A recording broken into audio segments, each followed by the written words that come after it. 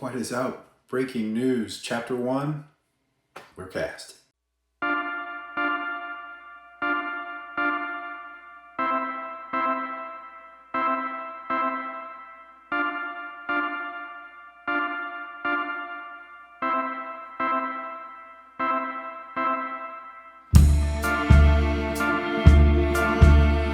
Let's kick off the episode though, before viewer mailbag and all that stuff. Let's go right into the writer-director Dillon Higgins to give a quick update on Chapter 1. What's going on, guys? I just wanted to talk to y'all a little bit about the plan moving forward as far as Chapter 1 goes. I have locked down the script. I did slip in a couple JJF Easter eggs. I sent it over to Jeff, and he thought it was fucking great.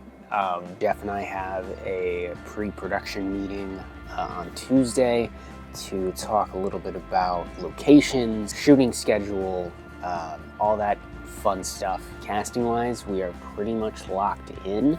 I have to reach out to one more person to hopefully play a small part towards the end. Our two leads, Turner Queen and Sarah Ford, playing the roles of Mason and Bailey.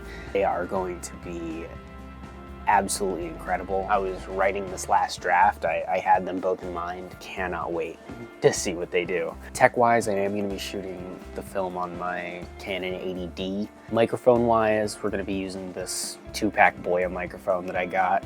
Use these to film the Will Ragebite breakdown, the Civil War review. These are going to be used for dialogue. Going to be using my shotgun mic directly into the camera for field noise and director monitoring. We're looking at probably a 2-day shoot.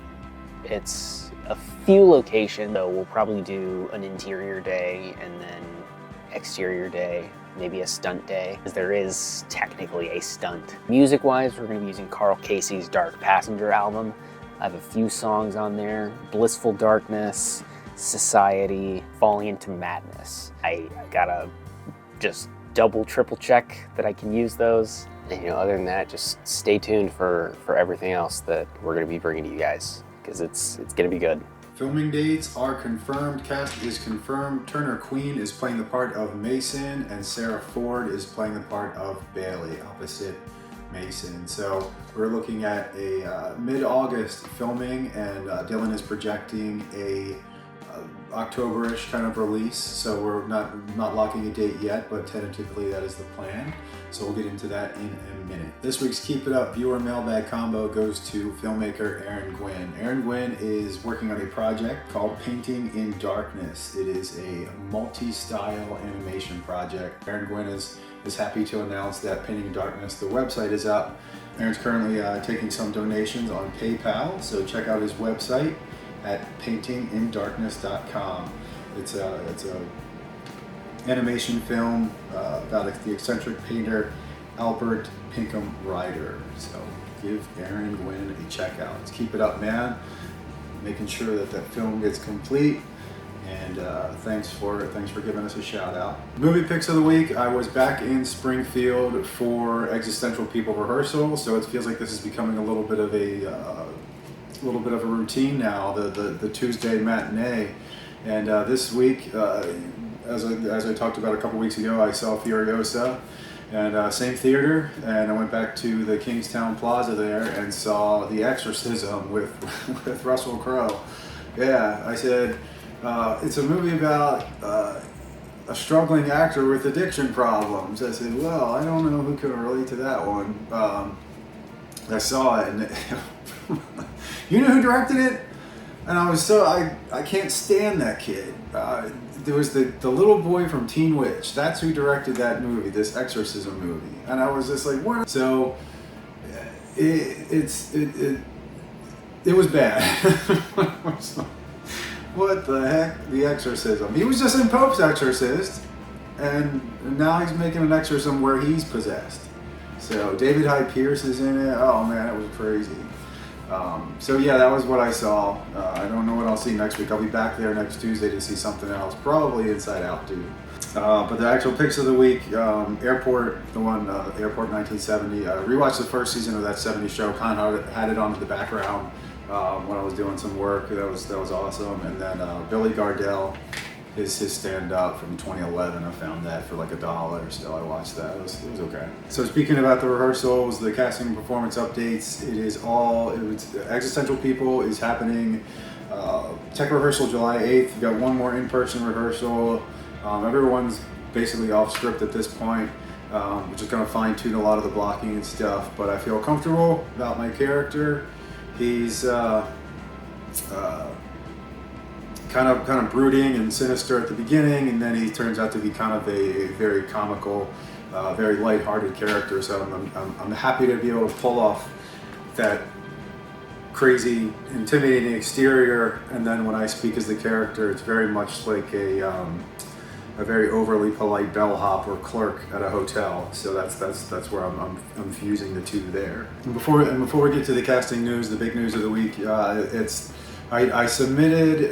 landed an audition for ABC on Monday. I didn't get it. I think I would have heard by now, but so over the past 7 months, I've managed to land an audition for a series regular on HBO. And this past week, an ABC series, What Would You Do, in the 17th series, and they have over 6 million subscribers on YouTube. Getting that role would have been, obviously amazing to do it. But I guess the message is it's not that I'm mentioning the auditions for HBO and ABC. It's that you can't stop. I don't have an agent, but I'm getting turned down. But what I'm mentioning is the learning part. And then I'm not stopping. It's a 99% rejection rate basically. So you have to get used to it, but at the same time, when you lose something like a 6 million subscriber ABC show that could have got a lot of recognition, when you're in an audition, you kind of kick yourself and say, you know exactly when you blow it. And that's what I felt on Monday. I knew exactly when I blew it, and what I can tell myself is that remind myself on the next audition when not to blow it, because it's a strong mental note now of what I did, and the fact that it happened on a bigger stage like ABC is something that I need to take note of. But they also interviewed me, which means that they know my name now, and they could probably see he was okay. He just and I totally understand. I knew exactly what happened, but yeah. So that's some cool news, man. It's just missing some. So I'm super excited about the Capitol Fringe Festival and showing off what I can do in person, because everyone knows that's acting out there. Zoom auditions are tough, and especially it's one thing to submit a tape and send it edited, but via chat auditions are tough, but I'm glad that I did get a theatrical role for the first time to show my acting in person, and not from my own director's chair in unison, where wearing so many hats that I forgot to act on certain things. So it's one of those things where you'll be able to see me act with someone else directing me, and that's going to feel really, really cool to show that off in person, just in case there are agents, so there are people looking or casting to say, hey, you were great in Existential People, come check us out here. There's no losing in this play next month, so I'm super, super excited for it. So anyone interested still to see this Capitol Fringe Fest, man, it's 5 performances, all the same venue in DC, and tickets are $15 a piece. Check it out. And then big news is the complete cast of Mason and Bailey. So we will have Turner Queen and Sarah Ford play this 1-2 couple for this probably 10 to 15 minute little short film by Dillon Higgins. He's already got it very organized. The locations are down. We had a status on Tuesday, and kind of from the biggest thing was obviously scheduling to make sure that everyone was available, and it seems like the stars are aligning for mid-August, and we'll be able to do essentially a Turner Day by itself, and that way since Sarah will be free on August 11th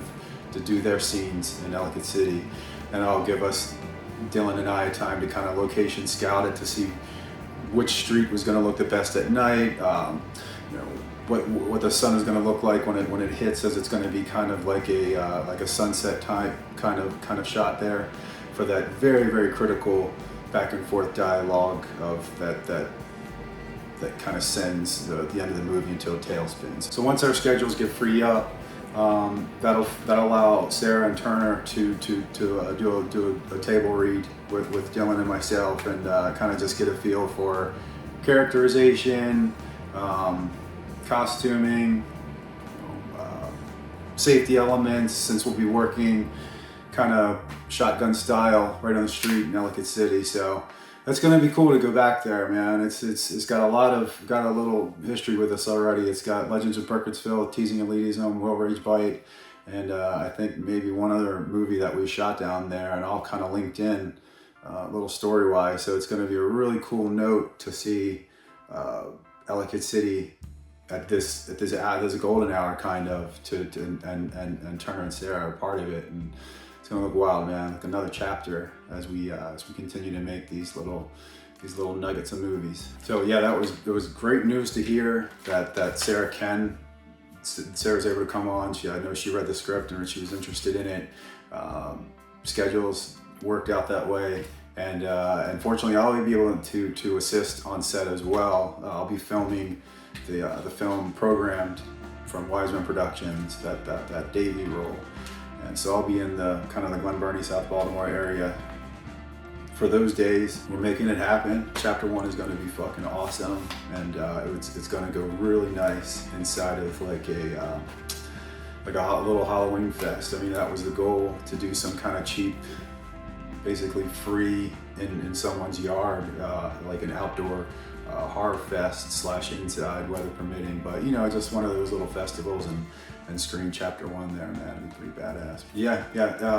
Editing for Out of My Dreams is still going very well. All the footage is on one nice master file, and it looks awesome. Stephanie looks great, and she's also going to be cranking out the final rendition with the orchestra as well, to couple with the video. And I'm also looking to collaborating with Dillon to do some really cool visuals and send some graphic art to really bump up the marketing of Chapter 1, just to have it kind of cemented its own little visual, since we've gotten so used to the past 2.5 years of the in unison style of graphic art everywhere, just popping it. But it's going to be really cool to see the transition into Dillon's vision of the marketing towards Chapter 1. So, having said that, thank you again, Sarah Ford. Looking forward to working with you and Turner on this little movie. Great job, Dillon, getting everything cast and up to speed.